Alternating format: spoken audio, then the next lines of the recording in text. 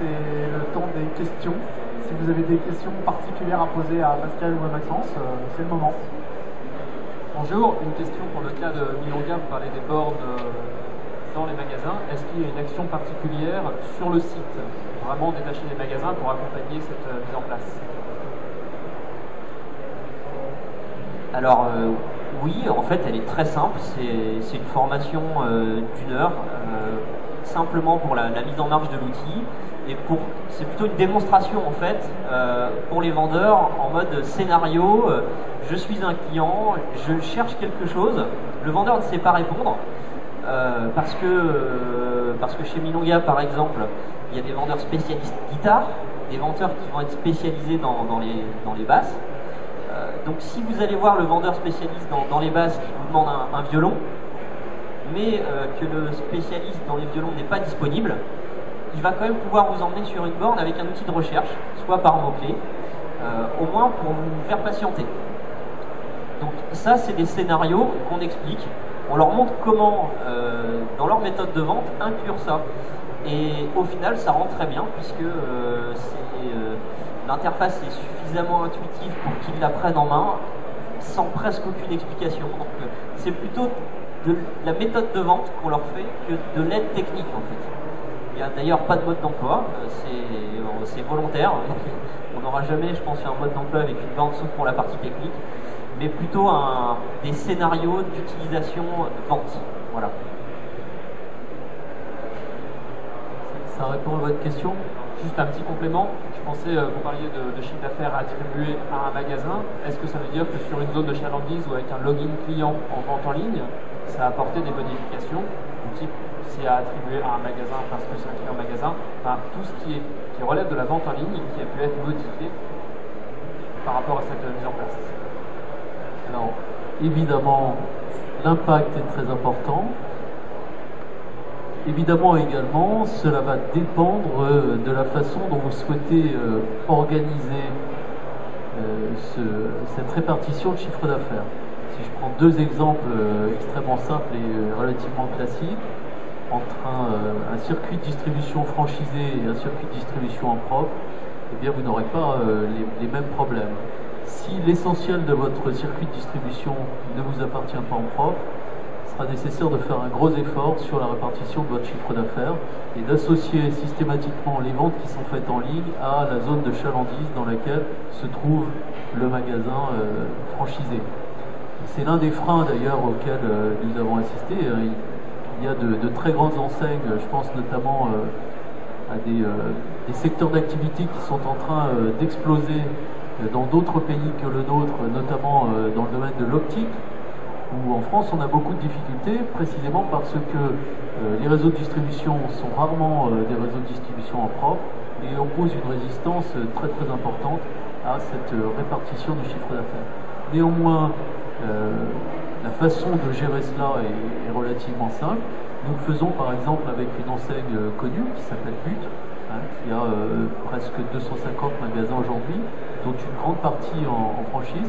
Et systématiquement, lorsqu'un achat en ligne est effectué, nous traçons la zone de chalandise qui correspond au magasin et nous attribuons la vente au magasin. Donc c'est faisable, c'est pas compliqué, c'est plus une question d'organisation en amont qu'une question de mise en œuvre derrière. Je voulais savoir si c'était juste la réplication en fait du site internet ou s'il y avait en plus une base de connaissances avec des fiches produits plus détaillées qui apportent en fait une valeur ajoutée supplémentaire que la simple consultation du site. Alors, j'ai donné un premier niveau de réponse, mais Maxence va rentrer vraiment dans le détail pour vous expliquer comment ça fonctionne.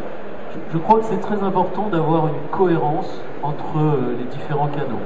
Et donc, entre ce qui se passe en magasin, ce qui se passe sur le site web, ce qui se passe sur la borne interactive, il est nécessaire d'avoir une cohérence. Donc le catalogue produit est le même. Ce catalogue produit contient donc les fiches produits avec toutes les caractéristiques techniques des produits qui sont vendus. Maintenant, évidemment, selon le type de matériel, déjà l'interface graphique n'est pas du tout la même, le mode d'utilisation n'est pas le même. Vous voyez bien que quand vous naviguez sur le web, c'est-à-dire avec le protocole HTTP, pour être extrêmement précis, ben voilà, vous avez un ordinateur entre les mains, vous naviguez avec une souris, avec un clavier. sur la borne, c'est plus du tout la même chose. Donc l'interface est forcément très différente.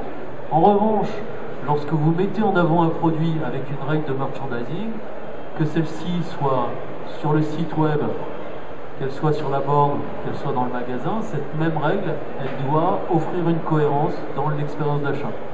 Et donc c'est la raison pour laquelle le cœur du système reste identique et distribué avec bien entendu toutes les différences qui peuvent exister entre les différents équipements et entre les différents canaux. Maintenant, pour parler de la borne plus spécifiquement, je vais céder la parole à Maxence qui va vous expliquer quelles sont les grandes différences entre le site web et la borne multitouch. Merci Pascal. Alors le grand secret, de le répéter à personne, c'est en effet de, comme l'a dit Pascal, de ne surtout pas répliquer une base de données et de justement capitaliser sur un seul et unique référentiel. Les solutions, en tout cas sur lesquelles nous on travaille, ce sont des solutions qui se connectent grâce à des web services. Tout simplement, on va se connecter sur le référentiel, qui est le même référentiel qu'Internet, pour récupérer les informations. Sauf que ce n'est pas du tout la même manière de présenter les informations qu'un site Internet. C'est adapté au tactile, adapté à tous les âges, mais on récupère la même chose. Les avis des internautes, y compris les règles de tri, de recherche, de mise en avant de produits, de merchandising, les vidéos YouTube, les images. Donc ça c'est vraiment un point critique, c'est de récupérer la même chose. C'est aussi des contenus qui vous coûtent cher sur Internet. Il n'y a aucune raison de ne pas les récupérer en magasin. Voilà. Vous parliez tout à l'heure de prix, enfin d'enveloppe financière. Est-ce qu'il y a une taille, un nombre de magasins minimum qui fait que la mise en place de cette stratégie de borne en magasin devient intéressante, ou est-ce que ça peut être fait pour des petits... Oui, alors comme dit Pascal, donc c'est 200 000 magasins minimum. Hein. Donc, on a fait en sorte d'avoir un modèle qui a un coût à la borne. Donc quel que soit le nombre de magasins, il n'y a pas une étape plus grande à franchir pour une grande enseigne qu'une petite enseigne. Ça va être même des coûts qui vont être moins chers qu'un site internet, à partir du moment où on peut partir sur une interface qui est standardisée. Je prends un exemple d'un site web e-commerce bien connu qui commence par un M et qui finit par un O. On peut très bien créer ce site, un site internet sans aucune personnalisation.